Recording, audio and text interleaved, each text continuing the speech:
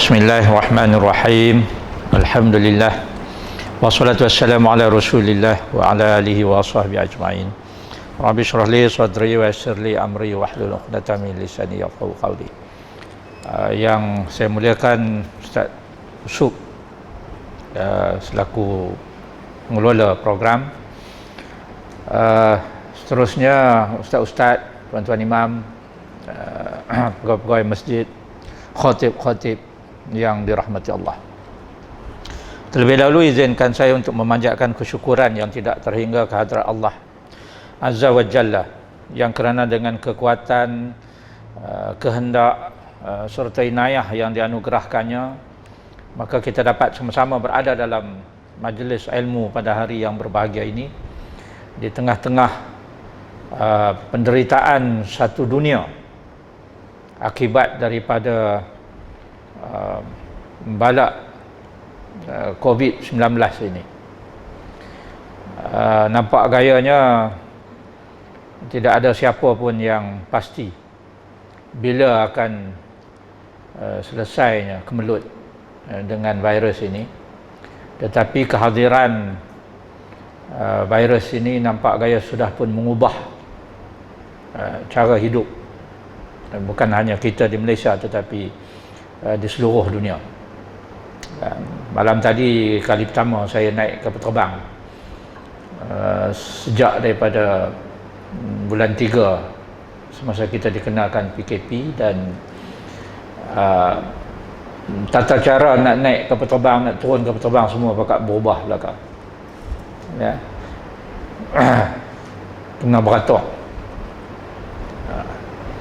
dan di mana-mana saja, di masjid kita dah tahu dah, di hotel, di airport, di mana saja,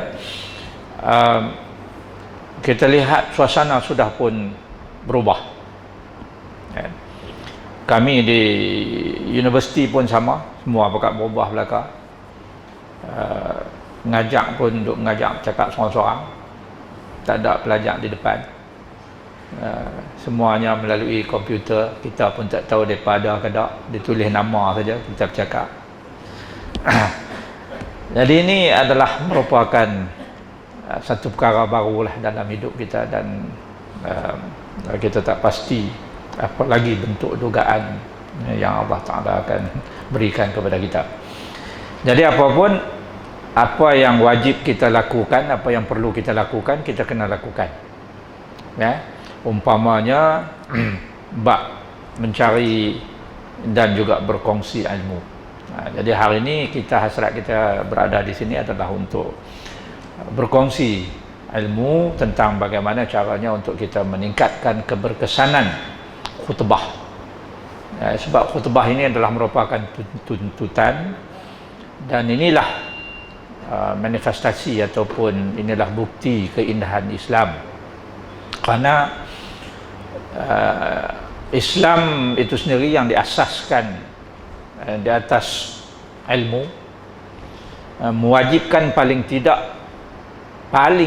minimum, seminggu sekali kita berkongsi ilmu, berada dalam majlis ilmu. Dan ini tidak ada dalam agama lain. Kalau Kristian tu semen pagi Ahad dia di gereja, itu bukan wajib. Tapi bagi kita orang Islam ini wajib bapak-bapak laki-laki, kan, sekurang-kurangnya, paling kurang seminggu sekali. Dah tu balik wajib pula kongsi pula dengan ahli keluarga. Tapi banyak tak sampai, kan. Balik bila bini tanya, khutbah ni tajuk apa bang? Dia kata tajuk biasa. Maknanya lena lah tu, sebab khutbah ni belum pernah orang tulis tajuk biasa. Jadi hari ini dalam rangka kita bercakap tentang khutbah, ataupun saya tulis ni komunikasi khutbah, sebab komunikasi ni uslub, ya. Mengikut surat yang ditulis kepada saya oleh Ustaz Usop, dia kata program ni namanya seminar khatib profesional. Nama tu kan main. Bila baca tu gerono.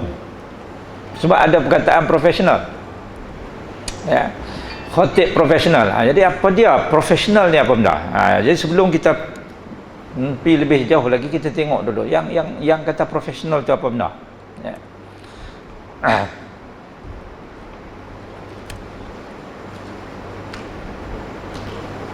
Kalau kita tengok dalam Kamus Dewan, ini saya tengok dalam Kamus Dewan edisi keempat. Kamus Dewan edisi keempat tahun 2010. Profesional ni antara lain kata kamus itu adalah sesuatu yang berkaitan dengan bidang profession. Bidang seperti undang-undang, perubatan, sukan dan lain-lain. Itu profession. Kalau di universiti, program-program profesional ni, dia ada badan pengiktirafan dia. Umpamanya kalau undang-undang. Undang-undang ni dia ada badan dia yang mengiktiraf, Bar Council yang mengiktiraf ni. Ya, dan dia mengawas apa yang universiti ajak. Nah, universiti ajak, tapi badan profesional ini mengawas. Kalau tak ikut, maka kami tak akan iktiraf. Bila kami tak iktiraf, walaupun ada ijazah undang-undang, tapi tak boleh masuk untuk berbahas dalam mahkamah. Macam tu. Sama juga dengan perubatan. Ya, dia ada council, dia ada majlis dia yang mengawas dan menyelia. Ya, kalau tidak, tak diberi pengiktirafan itu. Universiti boleh keluarkan doktor selepas 5 tahun, tetapi seolah-olah doktor ini tidak diiktiraf, tidak ada lesen untuk beroperasi dari hospital. Itu yang kata profesional tu. Jadi kita hari ini nak tengok macam mana ni khatib ni nak jadi khatib yang profesional. Bukan main baca gitu je khutbah. Sebab kita nak buat supaya khutbah ini menjadi sesuatu yang sangat berstruktur, tersusun dan terancang. Ini yang kata profesional. Tak boleh main sembrono, kan? Main capai teks atas mimbar tu baca ya. Itu tak profesional. Tak profesional lah tu. Sukan pun sama juga. Tapi sukan di negara kita ni belum sampai tahap profesional tu lah. Kan? Kalau di negara maju, sukan itu sendiri sebagai satu profession. Masa saya belajar di Amerika dulu, jurulatih bola sepak, bukan bola sepak macam kita ni, dia bola sepak Amerika, dia panggil American football, yang macam main rugby tapi pakai helmet tu. Orang Amerika ni dia bodoh sikit, dia sukan tu dia panggil American football, tapi dia buat lari dengan tangan. Kan, dia sepatutnya football ni macam kita main lah, sepak dengan kaki, kaki, football. Kan? Sebab tu budak-budak Malaysia bila pergi sana, depa tanya, apa mainan yang apa game, apa mainan yang awak main di Malaysia? Budak-budak kita kata football, depa heran. Depa kata badan kecil main football ni lah. Depa badan sok-sok peti ais tu. Tinggi-tinggi pintu. Ya. Tapi penakut, boboh dengan helmet, dengan apa semua. Ya. Bila kita main rugby, dia kata kita gila main betul, dia kata nak pecah kepala. Jadi dia nak main tu kena pakai helmet, hidup belah orang. Jurulatih tu gaji dia lebih mahal daripada gaji naib kansler. Pasal dia dikira sebagai jurulatih profesional. Dan biasanya jurulatih American football ni di universiti dia ambil daripada kalangan pemain-pemain profesional yang dah pencet. Bayangkan, puluhan ribu gaji dia. Itu sukan, tapi di Malaysia ni tak lagi lah. Malaysia ni kita main bola lebih kurang gitu ya, padan dengan kita lah kan. Gaji pun tak bayar, setengah negeri sampai kena saman profesional main kot lah. Ini contoh yang diberi untuk memahamkan kita. Dan mereka ini ya, yang terlibat dengan kerja-kerja profesional tadi disebut sebagai golongan profesional ataupun ahli profesional. Macam yang saya sebut tadi kan, undang-undang, lawyer, perubatan, itu ahli profesional lah tu. Ahli profesional. Bukan mudah kan nak jadi ahli profesional tu. Itu satu. Yang kedua, di dalam kamus yang sama, profesional ni dia kata sesuatu yang memerlukan kemampuan atau kemahiran yang khusus untuk melaksanakannya, cekap, teratur dan memperlihatkan kemahiran tertentu. Ini samalah dengan khatib. Ya. Sebab nak berkhutbah itu memerlukan kemampuan dan kemahiran yang khusus. Bukan semua orang boleh khutbah. Naik mimbar ketak ya, walaupun 3-4 nak tangga je, berasa gayat. Gayat nak main. Ustaz Zahri tahu lah, dia pernah berkhidmat di masjid UPM tu. Lagi tinggi mimbar dia tu. Ya, lagi tinggi. Berapa nak tangga tu tinggi juga. Tinggi. Kalau di Turki dia buat tangga gitu, mimbar dia. Tapi khatib biasanya naik sampai anak tangga kelima. Dia berdiri tang tu baca. Saya kata apa saya tak naik sampai ke atas? Dia kata tak boleh. 4 di atas tu untuk Abu Bakar, Osman, Omar, Ali. Ilmu kita tak sampai tahap tu. Dia kata kita takat tangga anak tangga kelima. Boy, dia kata ada betul pula.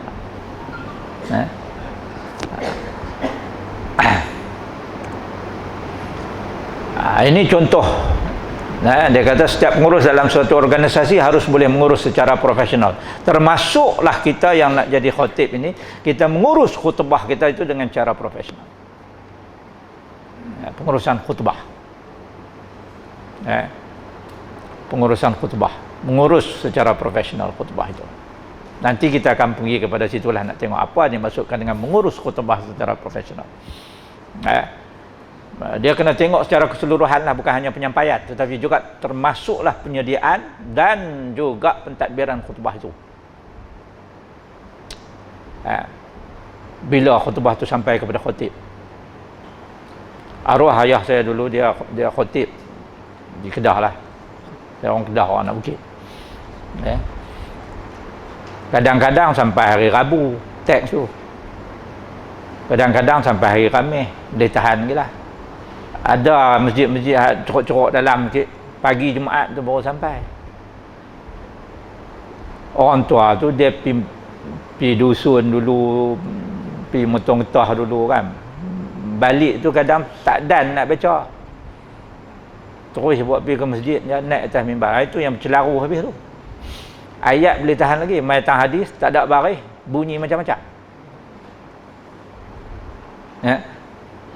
Ini termasuk dalam yang kita katakan pengurusan secara profesional.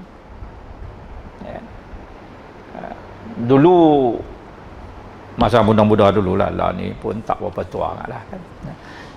Masa muda-muda dulu saya banyak juga terlibat dengan program pengendalian khutbah ni. Sejak daripada Pusat Islam. Sebelum namanya JAKIM lagi. Jadi kita duk buat kursus rata-rata. Habis satu Malaysia ni sampai ke Sabah, Sarawak apa semua tu melatih khatib, dan selain daripada itu juga melatih penulis khutbah. Yang jadi masalah penulis khutbah ni, dia tulis khutbah daripada pejabat dia. Kan? Dia tulis daripada pejabat dia. Lepas tu boleh ke khatib. Khatib nak baca di kampung. Itu yang contoh kadang-kadang tu tak kena. Masjid Kuala Kedah tepi laut, dia baca pasal tanam getah. Orang Kuala Kedah kata bila kami nak boleh tanam getah. Nampak contoh tu dah tak kena pasal ialah orang lain yang tulis, orang lain yang baca. Sebab itu dalam program, kalau tak salah saya di Langkawi masa tu, menteri masa tu arwah Tan Sri Hamid Osman, seminar penulisan teks khutbah kebangsaan. saya mengemukakan 3 kot cadangan. Secadang saya kata, seandainya khatib itu mampu menulis, biarlah dia menulis sendiri khutbahnya, cadangan pertama. Yang kedua, andai dia tidak mampu menulis, maka kita bekalkan poin saja, tetapi dihuraikan menurut kemampuan dia. Maknanya contoh-contoh itu boleh dia bagi berdasarkan karya dia. Yang ketiga, khatib yang tak mampu langsung untuk menulis atau menyediakan khutbah, barulah diberi teks penuh. Tapi saya ingat lagi Tan Sri Hamid masa tu, dia tak setuju dengan saya. Dia kongsi kan, Tan Sri Hamid ni. Dia kata tak boleh buat begitu. Saya kata siapa tak nulis. Dia kata sekali dia cakap bab politik. Tulis naik buh politik pula nanya. Saya kata tak apalah Tan Sri. Kan dalam Islam pun ada politik. Ada politik. Kan Islam kita tahu lengkap. Jadi dalam Islam itu kan ada politik. Biarlah dia bercakap tentang soal pemilihan pemimpin, ciri-ciri pemimpin yang baik, itu kan politik. Pemimpin-pemimpin yang batal, itu kan politik. Jangan sebut nama parti, sudah. Tan Sri Hamid sampai sudah tak setuju. Tak apalah, dia tak setuju, dan dia ada kuasa masa tu, tak apa. Tapi bagi saya, kalau kita rigid sangat, maka itulah yang menyebabkan akhirnya khutbah itu menjadi mati. Jadi macam tadilah, tak kena dengan anak karya, kan? Tak kena dengan anak karya.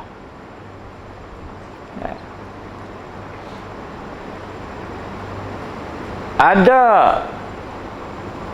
khatib yang dia ubah suai khutbah tu, lepas tu kena warning pasal pada ubah.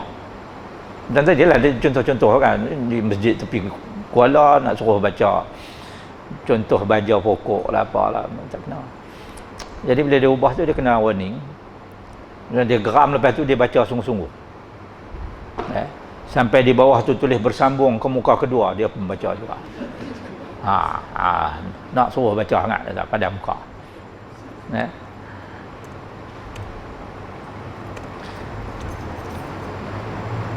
Yang ni yang seronok ni. Ni perkara ketiga yang ditulis di dalam Kamus Dewan. Dia kata profesional itu melibatkan pembayaran. Bab ni seronok kita. Dilakukan sebagai mata pencarian atau mendapat bayaran ataupun upah. Dan lawan kepada profesional ni adalah amatur. Yang kata amatur ni, amatur tak ada duit lah, tak ada upah. Tapi kita kena ingatlah, benda yang ada kaitan dengan dakwah, benda yang ada kaitan dengan tanggungjawab.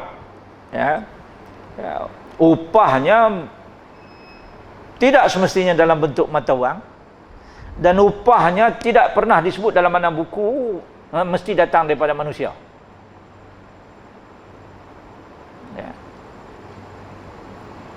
Bagi saya upah ini, ganjaran ini termasuklah ganjaran yang tertunggak yang mungkin dijelaskan kemudian selepas kita mati oleh Maha Pencipta. Tapi kalau pemikiran kita hanya berada dalam ruang lingkup dunia, maka kita mengharapkan balasan kewangan ataupun kebendaan material daripada manusia. Banyak mana angkat boleh makan. Muda-muda mungkin boleh belasah, naik lebih daripada 50 je. 17 suap maksimum. Lepas tu belahak. Boleh tak? Lepas tu kenyang lah. Tu belum lagi doktor beritahu jangan makan lebih. Mau makan lebih sengkak. Kembung, sengkak kan, main macam-macam. Tak? Saya ada kawan-kawan kaya-kaya ada helikopter pada. Pergi mana-mana naik helikopter. Cerut ni besar lengan. Cerut tu. Tengok takut. Sebatang dia kata $200 Havana cigar. Import daripada Cuba. Isap ni sengit mulut-mulut. Tapi kawan baik, dia cerita macam-macam penyakit. Minum tak boleh manis dah. Maknanya nikmat manis tu dah tak ada, dah ditarik. Makan pun tawak, tak boleh masin dah, nikmat masin juga sudah ditarik. Jadi duit juta pun tak ada nikmat lah. Tu belum tidur lagi. Ada seorang kawan saya tu, orang korporat, gate rumah dia saja tu, rasanya gate tu saja sama mahal dengan rumah saya. Gate saja berkawang mah. Bukanlah mah, tapi rona mah, berkawang bukan main. Dalam rumah barang semua import belaka. Katil saja Sherlock, katil Sherlock import daripada Itali. Katil saja 40,000. Katil 40,000. Tapi tidur, dia tak boleh tidur atas katil. Dia kena tidur atas lantai pasal sleep disc. Main golf ni dia swing, dia pukul lebih. Alright.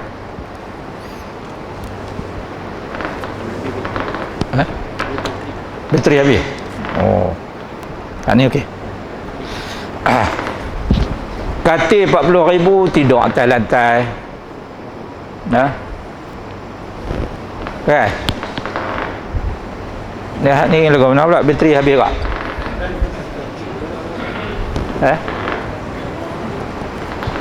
Saya pergi sana lah.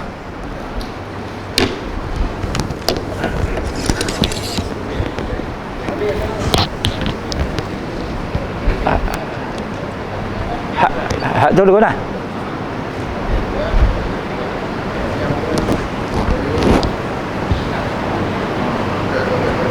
Boleh angkat.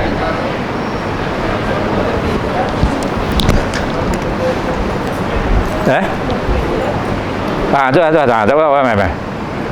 Ni dah. Ni boleh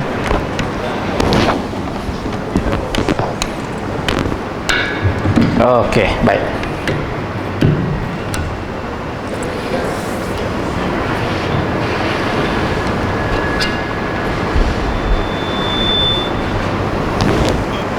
Ni awak dia berdengung.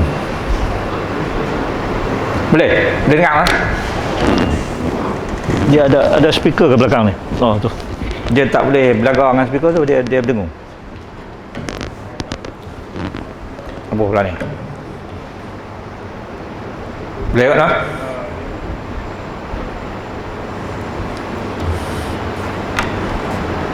Okey, jangan terjun turun lah. Ini yang saya sebut dah. Ini adalah merupakan kitarat dalam hidup kita. Maknanya ialah kadang-kadang kita dapat upah kebendaan material ni kan. Takat mana kita boleh menikmati kebendaan itu. Saya tengok kawan-kawan yang hebat-hebat ni, depa sendiri pun tahu. Itu yang dia cerita tu. Dia kata, aku beli katil 40,000 tapi aku kena tidur atas lantai sebab tak boleh lembut, tak boleh tidur atas lembut. Kalau tidur atas tempat lembut tak boleh bangkit sebab slip disc tulang belakang tu dah apa ni, dia lari main golf pukul terlebih macam mana tu. Jadi di mana nikmat itu belum pasti yang tak boleh tidur lagi malam kan. Duduk klik pok.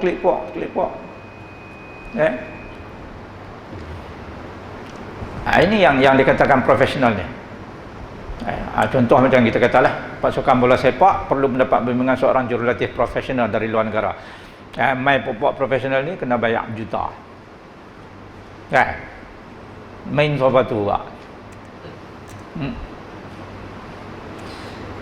Dan yang terakhir, ini yang disebut di dalam apa nama komus tu, dia kata orang yang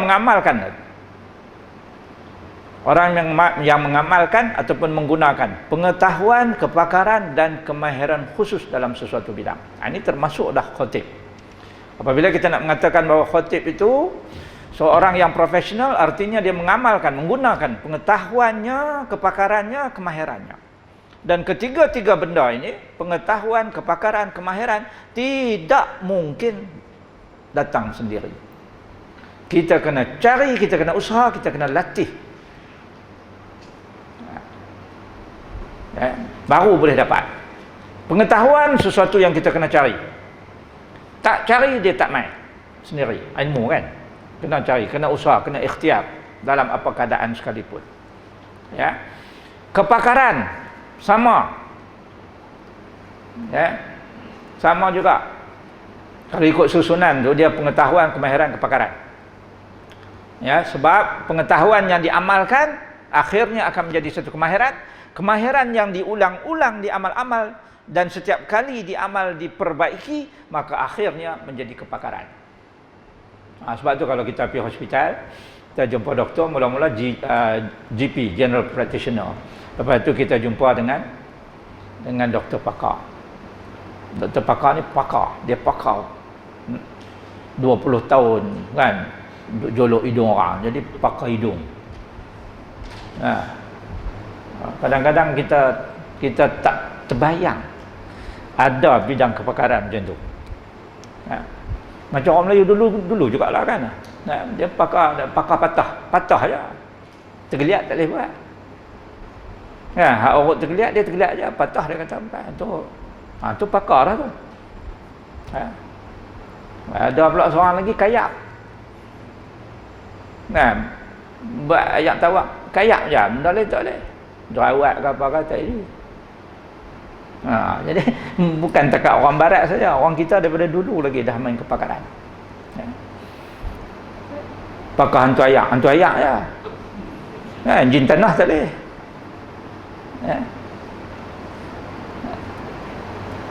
Dulu saya ingat lagi di tempat saya dulu di Ustaz.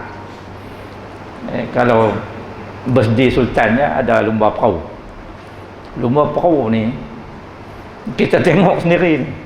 Depa main hantu ayak. Tu kata kepakaran orang kita. Kayuh ke mana pun perahu tu tak mau pi. Masa berlatih laju. Tanya orang kampung pasal apa, dia kata tak tahu, kami terima habis rang tak mau pi. Rupanya dia duk tarik belakang. Itu kepakaran orang kita. Kepakaran orang kita lah tu. Orang dulu-dulu. Itu pakar sebab dia buat berulang kali. Jadi pengetahuan saya kata kena cari, kena ikhtiar. Begitu juga dengan daripada pengetahuan itu nak menjadi kemahiran, kemahiran nak menjadi kepakaran. Yang jadi masalah sekarang saya tak pastilah, tapi kalau sekitar awal 90-an sehingga lewat 90-an, semasa saya terlibat dengan pusat Islam sebelum dia jadi JAKIM dulu, apabila kita buat kursus dari negeri ke negeri untuk melatih khotib-khotib ni, saya rasa 90% khotib mengatakan bahawa mereka tidak dilatih. Dia tengok khotib hak tua dulu buat ke mana, dia pun buat. Satu. Yang keduanya, memang khotib-khotib pada waktu itu pun tua-tua. Bila kita buat pusingan pertama tu introduction, peringkat awal kan. Nak buat peringkat advance tu kali kedua pergi tengok di setengah negeri, khotib hak kita latih peringkat awal tu tak ada lah, mati lah. Sebab dah tua-tua sangat lah. Saya ingat lagi seorang khotib di Raub, Pahang. Umurnya 80 tahun. Dia mula jadi khatib umur 30. 50 tahun baca khutbah. Tiap-tiap minggu dia kata. Tiap jemaat baca khutbah, kecuali kalau dia sakit lah, ada khatib ganti. Tapi kalau selagi dia sihat, dia kata memang tiap-tiap minggu lah dia ada baca khutbah. Baca khutbah. Selama 50 tahun tu dia kata, ni baru kali pertama main kursus. Tu khatib Raub tu. Saya tak ingat dah nama dia, Haji apa. Jadi saya tanya ni 50 tahun tu. Saya kata imam duk baca khutbah. Apa yang tu imam dapat? Oh, dia kata saya dapat gelaran. Gelaran. Saya kata gelaran apa, datuk ke apa kan, sebab Pahang kan dia mudah bagi datuk. Saya kata dapat datuk dah kan, minta maaf lah kalau saya silap tak panggil datuk kan. Dia kata bukan gelaran datuk, dia kata orang kampung bagi gelaran. Gelaran apa? Tu Imam Sekutu Daging. Saya kata pasal apa orang panggil gitu? Dia kata sebab dalam khutbah saya, selalu dalam khutbah yang kedua tu, saya duk baca hadis, dia kata ingatlah sesungguhnya di dalam tubuh manusia itu adalah seketul daging. Jadi tiap-tiap minggu dia duk baca seketul daging tu, orang panggil tu Imam Seketul Daging. Saya kata pasal apa Imam baca hadis tu saja, kan ada banyak lagi hadis. Dia kata had tu je ada dalam teks. Yang duk tukar tu khutbah pertama. Khutbah kedua mencapai apa ada seketul daging juga jadi. Ini 50 tahun berkhutbah, itulah kali pertama kursus. Jadi itu sebab saya katakan tadi, kalau begitu halnya maka artinya kita jauh daripada profesional. Nak profesional macam mana? Apalagi nak jadi mahir, nak jadi kepakaran. Mungkin yang diamalkan itu saban minggu hanyalah kebiasaan-kebiasaan yang akhirnya menjadi seolah-olah dia punya tabiat. Jadi tabiat. Sebab dah biasa duk amal macam tu. Dan jadi tabiat, payahlah dah nak ubah. Jadi tabiat. Dulu tu imam, maruah tu imam tua di masjid UPM tu, bermula daripada masjid di belakang, masjid kayu tu, sampailah ke masjid baru, masjid lokasi yang Ustaz Zahri kerja. Ustaz Zahri masuk kerja masjid baru dah kan. Sebelum tu masjid kayu belakang, masjid kecil ya, tepi jalan. Kalau lambat kita sembahyang atas jalan tu, main bah kona tu, gegap telinga bila kita sujud. Dah jadi kebiasaan, kelaziman dia. Kalau dia angkat baca doa tu, perkataan komunisme dia tak boleh sebut, jadi komunisima. Komunisima. Daripada saya masuk jadi pelajar di UPM tu tahun 80 sampailah saya kerja, dia duduk komunisima situlah, sebab sudah menjadi tabiat dia. Itu bukan kemahiran, itu dah jadi tabiat.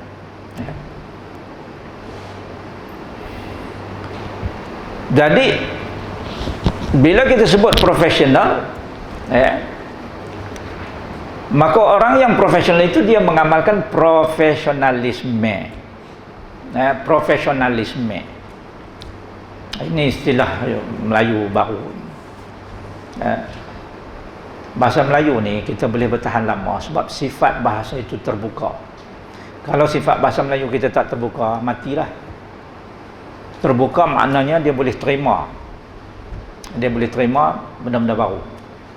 Sebab itu daripada abad ke-14, apabila bahasa Melayu menjadi bahasa komunikasi, kalau dalam istilahnya disebut lingua franca. Lingua franca ni bukan bahasa orang putih, dia daripada bahasa Greek tetapi diterima oleh orang putih, dan kemudian kita bahasa Melayu pun terima, disebut lingua franca. Lingua franca di alam Melayu maknanya semua orang yang menghuni alam Melayu ni boleh berbahasa Melayu, walaupun bahasa asalnya itu adalah bahasa lain. Umpamanya orang Jawa ni bahasa dia macam-macam. Kalau kita pergi ke Pulau Jawa, Jawa Barat lain, Jawa Tengah lain, Jawa Timur lain, Jawa Barat pun kalau sebelah Sunda tu bahasanya lain lagi, kan? Macam-macam marga dia ada, macam-macam bangsa dia ada. Tu pula ada Jawa halus, ada Jawa kasar. Jawa halus ni Jawa Keraton, yang di dekat-dekat istana tu, puak-puak tu Jawa halus. Lepas tu ada Jawa kasar pula dah. Bahasa Jawa kita tak faham, tapi bolehkah kita berkomunikasi dengan orang Jawa? Boleh. Bila? Apabila kita menggunakan bahasa Melayu. Sebab itu dikatakan bahasa Melayu itu menjadi lingua franca. Kita pergi ke tanah Bugis pun sama. Kalau Bugis cakap Bugis yang kita tak faham, tapi apabila kita berbahasa Melayu, dia faham. Orang Indonesia dia panggil sejak daripada tahun 45 bahasa itu sebagai bahasa Indonesia, sebenarnya bahasa Melayu. Kita pula kita panggil bahasa Melayu, lepas tu kita tukar jadi bahasa Malaysia, lepas tu kita tukar jadi bahasa Melayu balik, kan? Tapi bolehlah nama apa pun, itulah bahasanya. Dan salah satu sifat bahasa itu Ya, yang menyebabkan ianya mudah menjadi bahasa lingua franca itu adalah kerana keterbukaannya untuk menerima bahasa-bahasa baru supaya dia boleh berkembang. Kalau tidak, dia mati lah. Ada banyak bahasa yang sudah mati. Umpamanya Sanskrit itu sudah mati, bahasa Latin sudah mati, walaupun satu ketika bahasa Latin itu menjadi bahasa ilmu, sudah mati. Bahasa Arab masih hidup.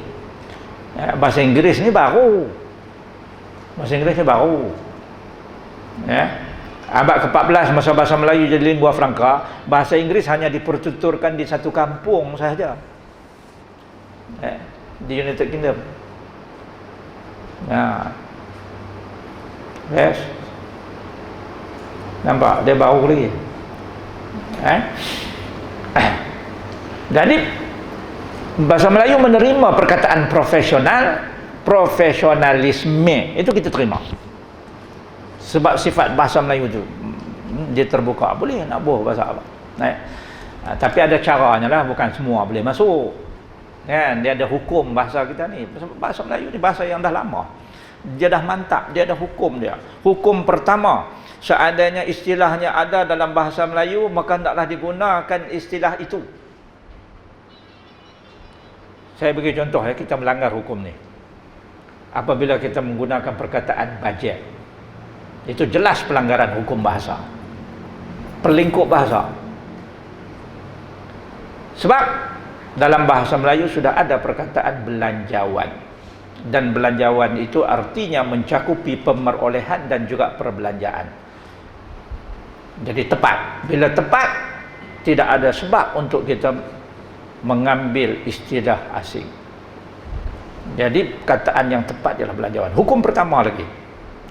Hukum kedua, seandainya tidak ada dalam bahasa Melayu yang umum, maka bolehlah dicari istilahnya daripada bahasa di alam Melayu yang dipertuturkan dalam bentuk dialek. Makan tengah hari umpamanya. Panjang kan? Makan tengah hari. Orang Indonesia dia kata makan siang. Orang Malaysia dia siang ni daripada pukul 7 pagi sampai 7 malam, siang jenuh makan. Sebab tu kita kata makan tengah hari. Jadi nak cari istilah yang sesuai tu, maka kita cari jumpa orang Iban. Makan tengah hari itu dia sebut merarau. Sebab kadang-kadang bila kita pergi kursus kan, tengah tu merarau pukul 1 sampai pukul 2 petang. Merarau tu maknanya istilah di alam Melayu dan diterima dalam bahasa Melayu. Itu hukum yang kedua. Yang ketiga, seandainya tidak ada dalam dialek di alam Melayu, maka bolehlah dipinjam istilah asing, tetapi hendaklah diutamakan bahasa yang sudah berakar umbi dalam bahasa Melayu. Maka kita pun meminjam dari Sanskrit, kita meminjam dari Arab. Kita pinjam dari Sanskrit umpamanya syurga, neraka, itu Sanskrit. Kita pinjam, Tamil pun pinjam, diubah sikit Tamil tu jadi surgam narakam. Kita jadi surga neraka. Indonesia pun sama, dia ambil surga neraka. Mau ke neraka lo. Kita pun ambil surga neraka. Kalau Arab itu kan jannah, nar. Itu hukum ketiga. Hukum keempat, kalau tak ada dalam istilah dalam bahasa itu, maka perlulah kemudiannya dipinjam dari bahasa asingnya. Dan bila dipinjam dari bahasa asingnya itu, ada dua pilihan, sama ada diubah bentuk atau dikekalkan bentuk. Communication, bahasa Inggris tak ada dalam bahasa Melayu. Dulu kita pakai perhubungan, sampai tahun 80 kita kata perhubungan ni tak boleh guna, tak tepat. Jadi kita terpaksa pinjam communication tadi, tapi kita ubah bentuk jadi komunikasi. Ada yang kita pinjam tapi tak ubah, umpamanya Grand Prix, eja pun macam tu, sebut pun macam tu. Sebab tu bila TV3 sebut Grand Prix, saya kata tak betul tu, tak boleh sebut Grand Prix. Puak-puak baca berita tu kan, duduk Grand Prix, Grand Prix di Sepang, bukan Grand Prix, so Grand Prix, sebutan dia Grand Prix. Dan Allah Ta'ala bagi mujuklah lidah kita ni, lidah Jawi ni lembut, kita boleh cakap apa bahasa sekalipun. paling lembut lidah orang belah utara. Orang Melayu tapi sebelah selatan ketak tak boleh sebut. Dia tak jadi ketak. Duk ketak tu lain, ketak lain. Orang belah utara kita boleh ketak, boleh ketak boleh. Orang Melayu cakap Arab, Arab pun heran, bunyi betul-betul macam Arab. Orang Melayu cakap orang putih pun kadang-kadang tak faham.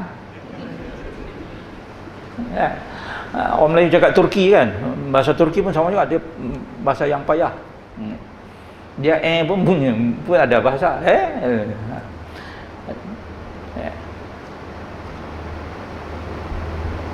Ada budak Kelantan seorang, dia nak buat PhD bahasa, tapi dia nak mengkaji sebutan. Payah. Jadi ada pensyarah lain kata tak apa, tak payah. Apa saja yang kita boleh sebut maka kita boleh tulis. Budak tu kata ada hak kita tak boleh tulis tapi kita boleh sebut. Dia kata apa benda? Budak tu kata dalam bahasa Kelantan dia ada ho. Dia ada ho. Bila ho nak tulis tu mana? Boleh sebut tapi tak boleh nak tulis. Nyudah sampai sudah budak tu tak buat PhD. Tak ada nak buat lagi, duduk tekak atas. Jadi perkataan profesionalisme ini kita pinjam dan kita menggunakan hukum yang keempat, iaitu kita pinjam, masuk dan kita ubah bunyinya. Kalau dalam bahasa Inggeris asal itu disebut professionalism. Kita pakai profesionalisme. Ya.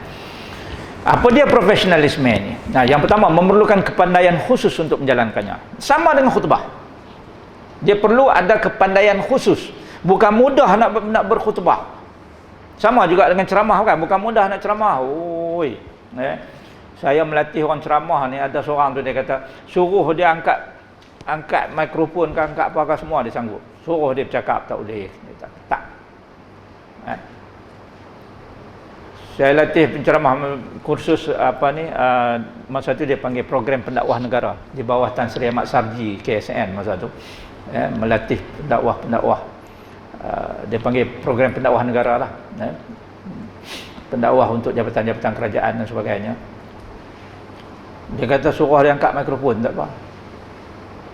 Ada seorang tu pegawai dari Kedah, dia kata, asal nak bercakap je tarik karung.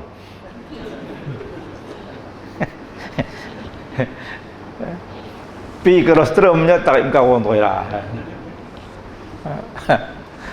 Jangan buat main. Dia perlukan kepandaian khusus untuk menjalankannya. Sama dengan khutbah juga.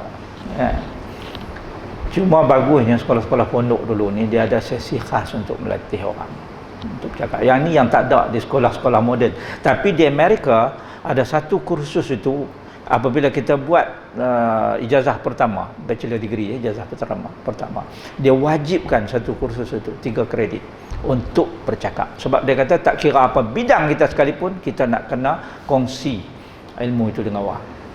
Ini bagus pula Amerika. Dalam konteks susun atur silibus dia tu.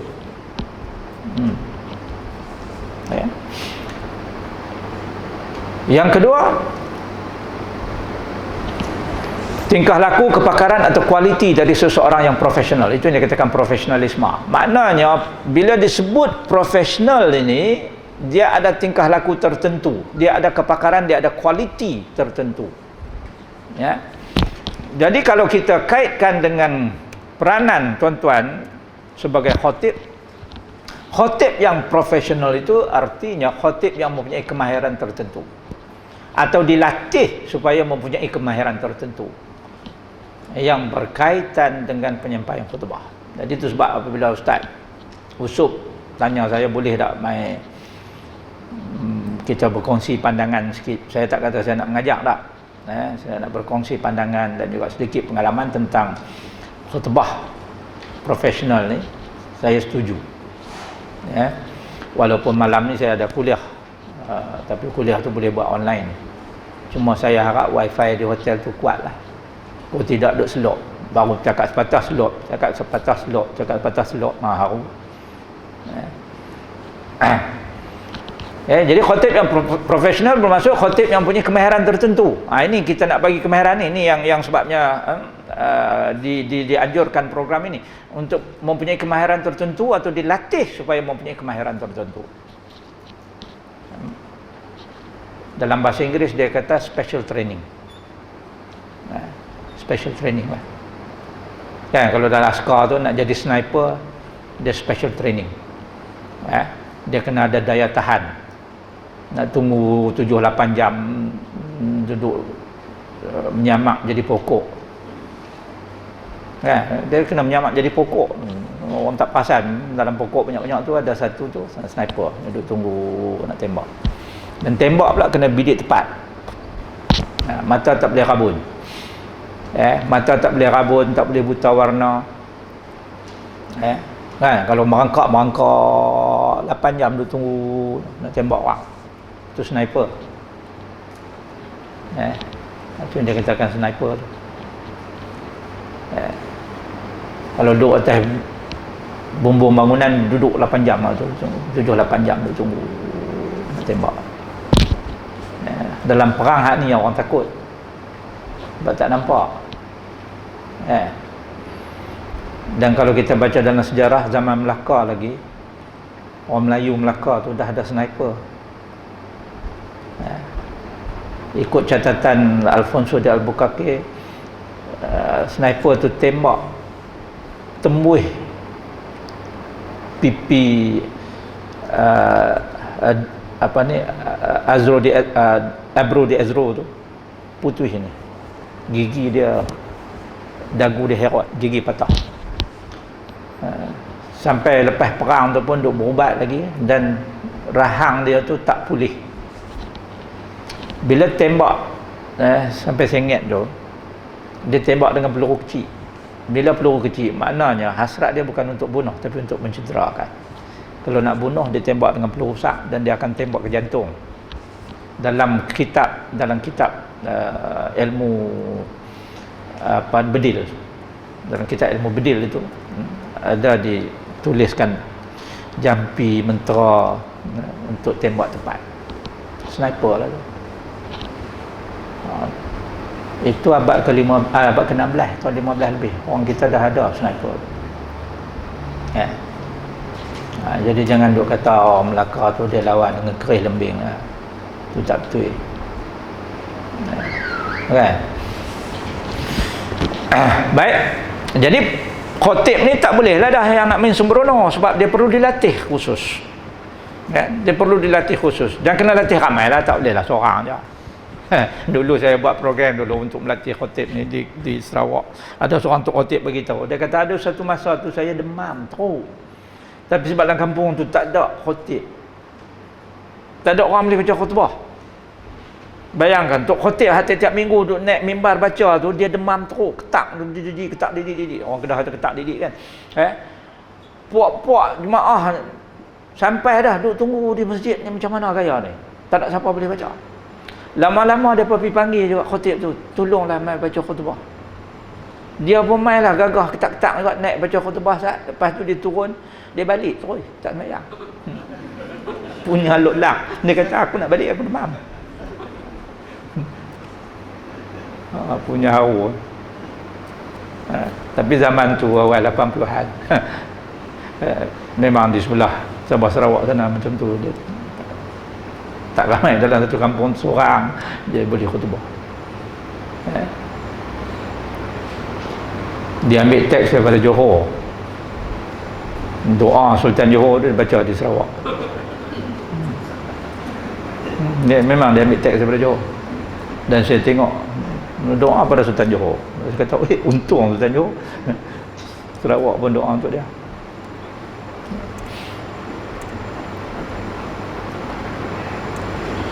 Baik, apakah ciri-ciri profesional? Ini kita tengok saat sebelum kita pergi lebih lanjut lagi ya. Yang pertama, keinginan untuk selalu menampilkan perilaku yang mendekati piawai ideal. Maknanya seorang yang profesional itu dia sentiasa mempunyai keinginan, sentiasa mempunyai motivasi dalaman untuk menampilkan perilaku yang mendekati piawai ideal. Sebab dia mesti ada piawai, sukatan. Yang dikatakan seorang khatib profesional itu bagaimana. Bila dia bercakap macam mana. Bila dia baca ayat yang Ustaz Usub sebut tadi macam mana. Ya, lenggok suaranya macam mana. Ya. Itu yang pertama. Yang kedua, meningkatkan dan memelihara image profesional. Ya. Meningkatkan dan memelihara image profesional. Pakaiannya bagaimana? Ya. Dia kena blame pada orang. Blame pada orang lah, tapi tak boleh lah. Dia blame ni tak semestinya pelik. Ada dulu saya tegur, saya tak khatib, tak usah lah pakai t-shirt ada lambang parti naik atas mimbar. Walaupun dia tak sebut parti dia, tapi dia memperagakan simbol parti tu. Nanti orang komplain. Bolehlah jubah pakaian orang berilmu. Ya? Itu sebab sampai hari ni ni pun orang salah faham juga. Convocation University kita pakai jubah. Ada hak tak faham, dia kata ini kod padri ni. Tu orang tak faham. Sebab kalau kita baca sejarah Convocation University, ya, bermula tradisi itu sejak daripada zaman kegemilangan Islam di Andalusia, khususnya di Cordoba. Apabila orang mengaji dengan untuk guru Islam ini, ya, ada satu hari apabila mereka menerima sijil itu, mereka memakai pakaian orang berilmu, iaitu memakai jubah. Maka bermulalah tradisi convocation, atau di Amerika disebut commencement. Di universiti orang memakai jubah.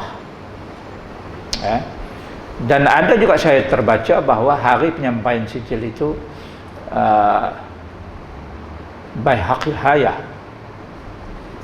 yang kemudian disebut dalam bahasa Perancis itu sebagai Bukalorah, menjadi asas kepada bahasa Inggeris bachelor degree. Itu tradisi yang dimulakan oleh ilmuwan Islam di Cordoba. Dan tradisi itu mempengaruhi Rousseau dan sebagainya, yang kemudiannya bawa balik ke Paris, menubuhkan University di Paris, University di Paris.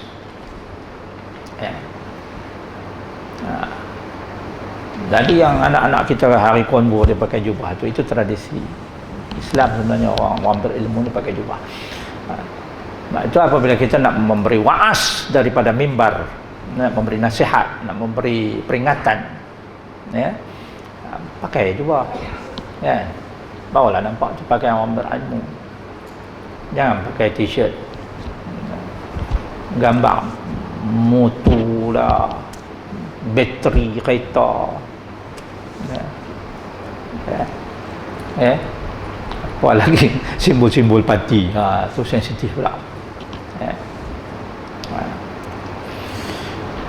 Yang ketiganya, keinginan untuk sentiasa mengejar kesempatan pengembangan profesional yang dapat meningkatkan dan memperbaiki kualiti pengetahuan dan keterampilannya. Maknanya sentiasa tercari-cari ruang dan peluang untuk menambah ilmu, mencari ruang dan peluang untuk menambah kemahiran. Ada saja orang buat kursus, pi. Ada saja orang buat ceramah, pi dengar.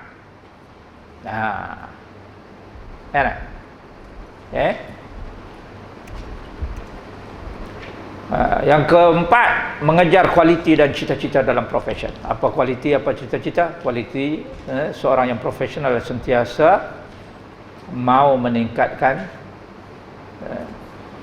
keberkesanannya. Itu yang dia katakan mengejar kualiti.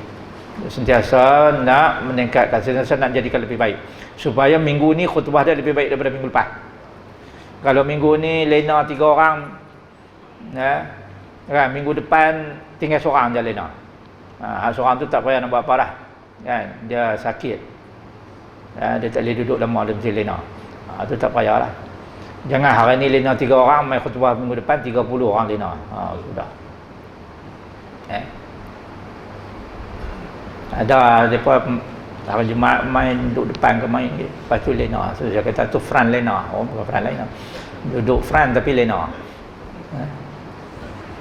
Ya.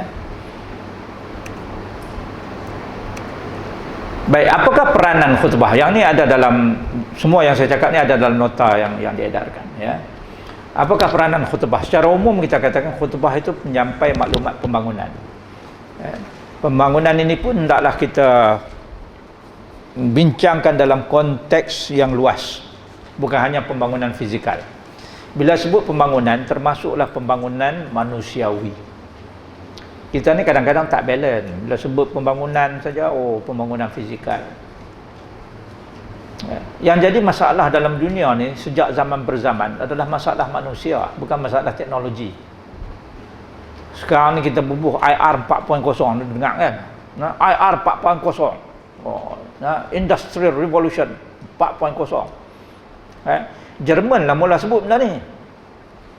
Jerman ni kan, agaknya dia tak ada kerja itu, fikir-fikir pum bubuh IR 4.0. Tak lama sampai ke Malaysia, je orang Malaysia kan kita tak tahu, sambut IR 4.0. Sampai ke universiti tu, pening habis dengan kami sekali. Datang apa ni? Oh, Internet of Things, dia kata. Internet, guna robot. Saya kata, internet macam mana di Malaysia ni? Jangankan IR 4.0, 2.0 pun tak habis lagi. Berapa banyak lagi sekolah yang tak ada elektrik? Nak internet macam mana, elektrik tak ada? Sedangkan elektrik itu 2.0. Ya. 3.0 komputer. 4.0 barulah internet dan robot.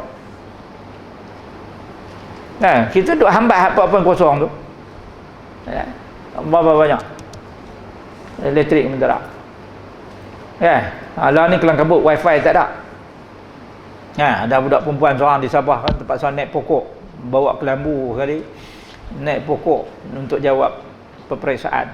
Lepas tu bila dah viral, semua orang tahu, syarikat telco ni kelang kabut, pakat pi bagi wifi free. Habis satu kampung dapat wifi. Baru-baru ni menteri pula duk kelai, kata budak tu mohong. Tak ada kerja lain. Nah. Pakai duk kelai dengan budak tu pula dah.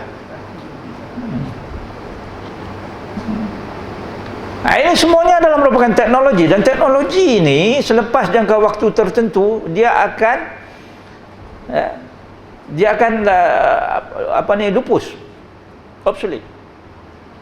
Macam komputer lah. Tahun 83 saya ingat lagi masa saya duk belajar di UPM tu, tahun 83 kali pertama UPM dapat komputer. Sebiji ada kot 2 kali ganda meja ni besar dia. 2 biji sampai masa tu. Kami punyalah perak buih, tak pernah tengok orang tengok, wih hak ni nama ada komputer. Lepas tu pensyarah bagi tahu pula hampa kena guna komputer ni untuk buat analisis data. 2 biji kelas ada masa tu 80 orang. Jadi kena isi nama, beratok nak ambil giliran tu, nak guna tu. Saya dapat pukul 2 pagi. Giliran saya. Celapak pergi juga lah guna. Nah. Sebelum tu kita guna mesin typewriter je kan. Nah, mesin type. Nah, ingat kan mesin type kan? Generasi ni tahulah mesin type pun dah. Kita ada type pa. Pa ting dia bunyi kan, tarik balik pa. Jabatan kerajaan yang terakhir guna mesin type tu adalah jabatan polis. Jabatan-jabatan lain semua dah tak guna dah, polis duk guna lagi. Ingat tak kita pergi buat report kan, dia betul tak. Constable type tu. Type pula satu jari kan, macam ayam patuk. Pa. Lepas tu dia tanya kita, mana A tadi tu? Cari tak jumpa pula. Tu yang nak buat laporan tu kadang-kadang paruh hari duduk di balai polis. Nak report kata pasport hilang. Paruh hari. Itu teknologi. Daripada tahun 83 besar macam itu. Lepas tu bila saya habis belajar, saya pergi ke Amerika tahun 88, dia jadi kecil dah. Makin kecil. Dan kita tak pernah terbayang bahawa satu hari komputer akan tinggal besar ni ya. dan dia boleh buat kerja yang dibuat oleh besar 2 meja tu. Lah ni besar ni je. Kan? Lepas pada besar dia main nipis lagu ni, tak boleh bawa kereta. Lepas tu dia masukkan sekali dengan ni. Lah ni kamera orang tak bawa dah. Pasal ni semua boleh, kamera pun boleh, komputer boleh, semua boleh. Dulu kan galas kamera kau main. Kan? Tergeliat oleh hak. Lah besar ni ya, ambil kamera. Video dulu mula-mula saya mengajak untuk kamera video panjang sedepa. Nak zoom, tarik. Lah ni jadi kecil, buh lah ni Pak. Semua buh lah ni kan. Quran 30 juzuk lah ni. Jadi pembangunan material begitu cepat berlalu. Tetapi apabila tidak seimbang dengan pembangunan manusia yang jarang kita beri penekanan, maka pembangunan itu menjadi tidak seimbang. Zaman moden tetapi pemikiran masih lagi kuno. Sebab itu kalau kita lihat, kerana tidak seimbangnya pembangunan manusiawi, pembangunan jiwa, teknologi disalahgunakan. Orang sekarang paling bangga apabila teknologi boleh digunakan untuk membunuh ramai orang. Kerana teknologi orang mencipta bom atom. 2 biji digugurkan di Hiroshima, Nagasaki, berapa ratus ribu orang mati. Tak puas lagi, cipta pula bom nuklear, lagi dahsyat pada tu. Sebiji saja pun dah boleh mati berapa juta orang. Jadi seolah-olahnya teknologi itu gunanya untuk bunuh orang. Maka yang sakitnya bukan teknologi, yang sakitnya adalah jiwa manusia. Jadi pembangunan ini, bila kita sebut pembangunan, yang harus kita tekankan juga dalam khutbah bukan hanya pembangunan fizikal tetapi pembangunan manusiawi. Ini penulis-penulis khutbah patut juga fokus kepada benda ini. Dulu di Pahang IADP, kawasan IADP Pahang Barat, saya pernah tanya dalam kursus khutbah. Masa itu diadakan pertandingan menulis khutbah seluruh negeri Pahang. Saya kata nak tulis pasal apa? Pembangunan lah. Pembangunan. Bila dia bercakap tentang jalan raya, dia bercakap tentang hospital, tentang sekolah, tentang jambatan, saya kata itu semuanya adalah merupakan pembangunan fizikal. Mudah saja saya kata. Cuba tulis dalam khutbah itu, peperiksaan SPM dah dekat, apakah tanggungjawab bapa-bapa? Medan terakhir untuk orang Melayu Islam di Malaysia adalah medan pendidikan. Orang Melayu Islam mesti pastikan anak-anak itu mempunyai pendidikan, mempunyai ilmu. Dan apabila peperiksaan SPM dah dekat, pastikan bapa-bapa berada di rumah. Ini khotib kena baca. Dia kata kena pastikan bapa-bapa mulai malam ini berada di rumah untuk memastikan anak-anak menelaah mata pelajaran. Sebab masa tu di kawasan Pahang Barat tu, bapa-bapa malam-malam tak ada di rumah, duk pergi suluh burung. Lepas suka pergi tangkap burung.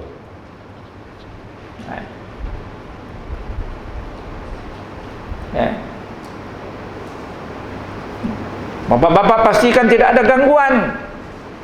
Ni kan anak baru nak baca buku, pak tengok Gusti, pak tengok wrestling, lepas tu tepuk lantai, terkejut budak tu, lupa habis separuh. Dan ibu-ibu juga kena dipastikan oleh bapak-bapak supaya bekerja sama memasak makanan yang berkhasiat, supaya anak-anak itu dapat berfikir dan mengingati pelajaran dengan baik. Jadi maknanya peperiksaan adalah perjuangan keluarga. Bukan kita biarkan anak itu terkontang-kanting seorang diri menghadapi peperiksaan. Mak mau kena pandai, anak mau nak pelajaran, bawa main cucuk, kopi o. Jangan budak tu baru 10 minit baca buku bagi pulut. Kena pulut sekali dia buat. Okay. Yang kedua, pendorong dan penggerak semangat. Pendorong atau penggerak semangat. Ini peranan khutbah. Mendorong, memberi motivasi, menggerak semangat. Semangat apa? Semangat untuk jadi yang terbaik dalam apa jua bidang yang kita lakukan.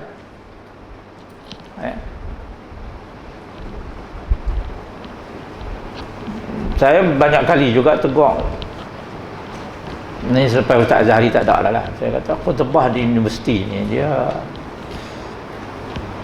sepatutnya lain lah daripada khutbah di masjid-masjid di kampung.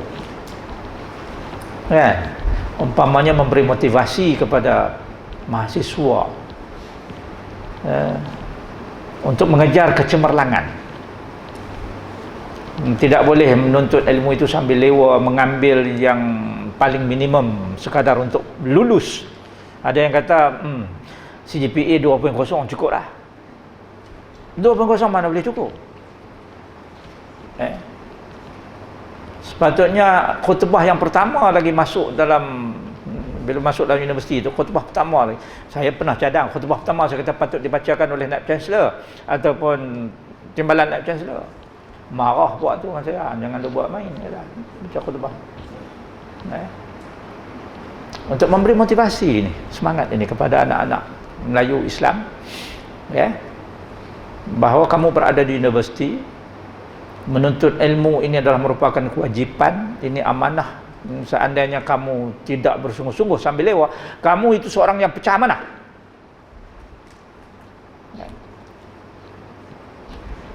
Macam dulu kuliah saya tahun 90-an awal tu, masa tu pensyarah pun tak apa ramai di UPM tu. Jadi satu kelas saya tu ada dekat pernah sampai 1000 pada 900 1000 orang. Tak boleh buat di dewan kuliah, kena buat di panggung percubaan, dewan yang besar tu. Jadi ketua jabatan saya, ketua, jadi tanya lah, hang ambil kedatangan lagu mana? Ramai-ramai. Sekali jalan saya buat 3 jam kuliah saya. Jumpa sekali seminggu sudah. So saya kata nak ambil guna. Nak suruh saya panggil nama seorang-seorang. Jadi saya tak payah mengajak apa, habis 3 jam tu panggil nama. Nak cek nama depa mai ke tak mai. Lepas tu dia kata edarkan kertas lah bagi mereka tulis nama sendiri. Saya kata puak tu kita suruh buat edar kertas tu, dia tulis nama untuk kawan lah.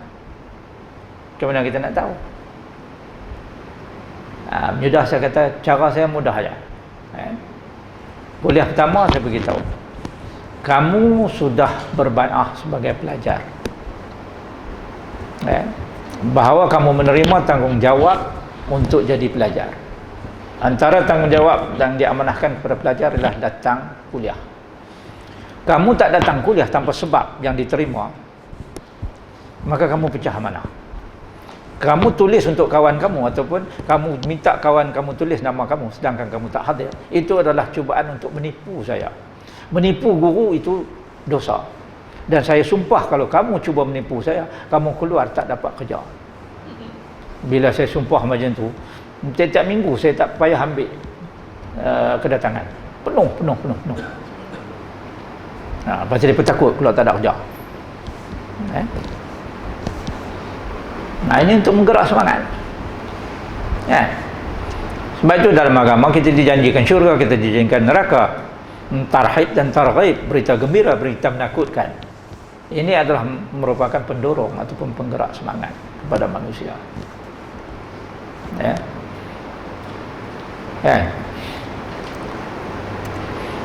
Yang ketiga, penyampai maklumat berita.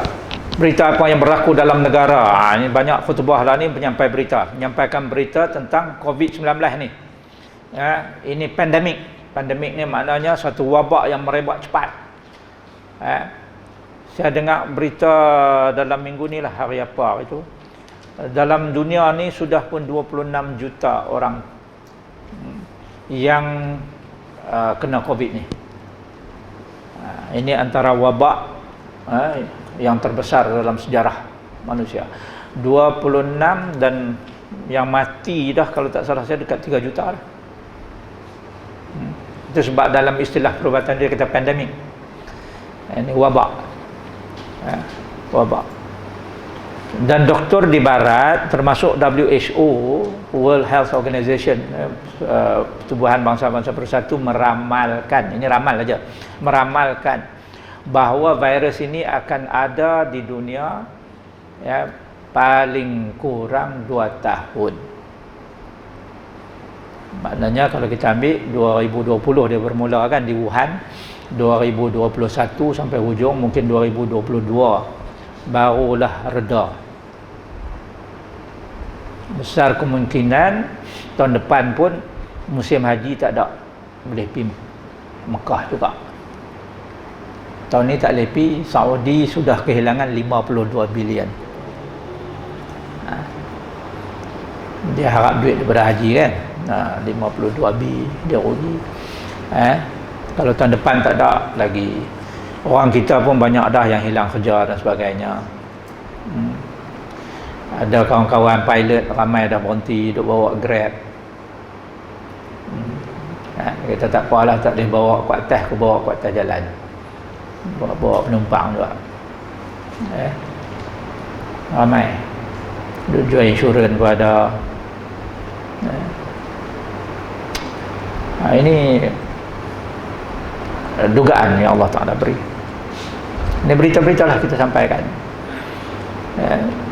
Dan kita ini antara negara yang dikagumi oleh WHO kerana pematuhan kita kepada peraturan SOP. Walaupun ada jugalah hak ketegak, dia buat bodoh dia tu, tak mau ikut SOP kan.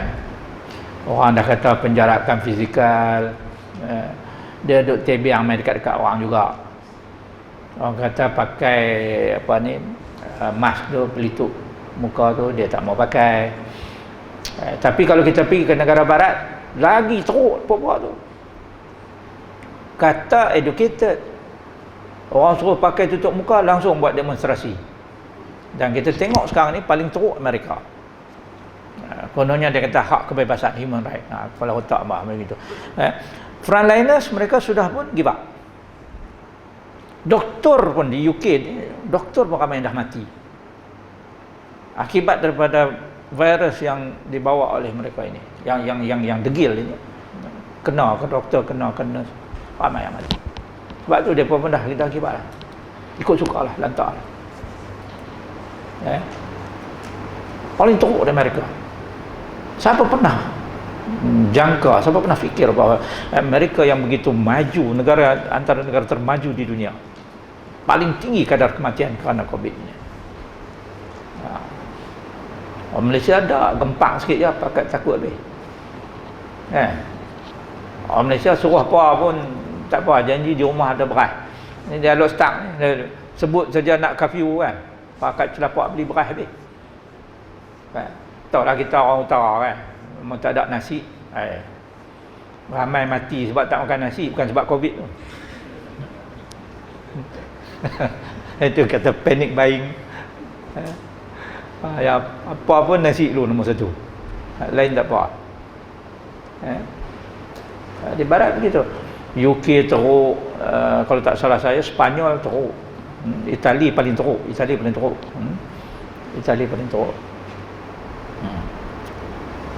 Kita di sini Indonesia. Indonesia tu sebab orang dia ramai kan. Dah ramai, lepas tu dia ketegak dia lah. Polis-polis dia jaga pun dia pergi juga. Lama polis kata terserah. Ikutlah. Filipin teruk. Itu sebab senarai 23 negara yang tak boleh masuk Malaysia.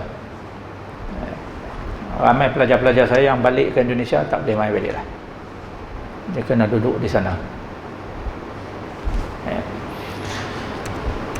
Itu berita. Penyampai khabar dan peringatan. Penyampai khabar dan peringatan-peringatan.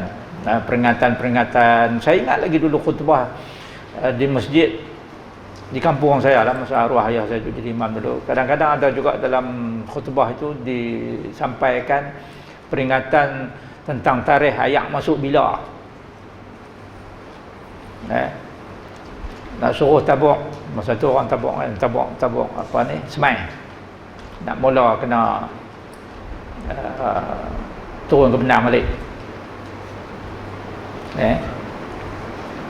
Ini tengok karya kita lah. Khabar peringatan, kadang-kadang kita sampaikan khabar tentang kematian, terutamanya akibat daripada wabak-wabak tertentu, penyakit tertentu, ya. Jadi saya nak skip yang ni sebab saya dah sebut tadi. Nah, cuba kita tengok prinsip-prinsip. Ni nak kena berhenti minum dulu ke apa kah? Ustaz, kata kena berhenti dah.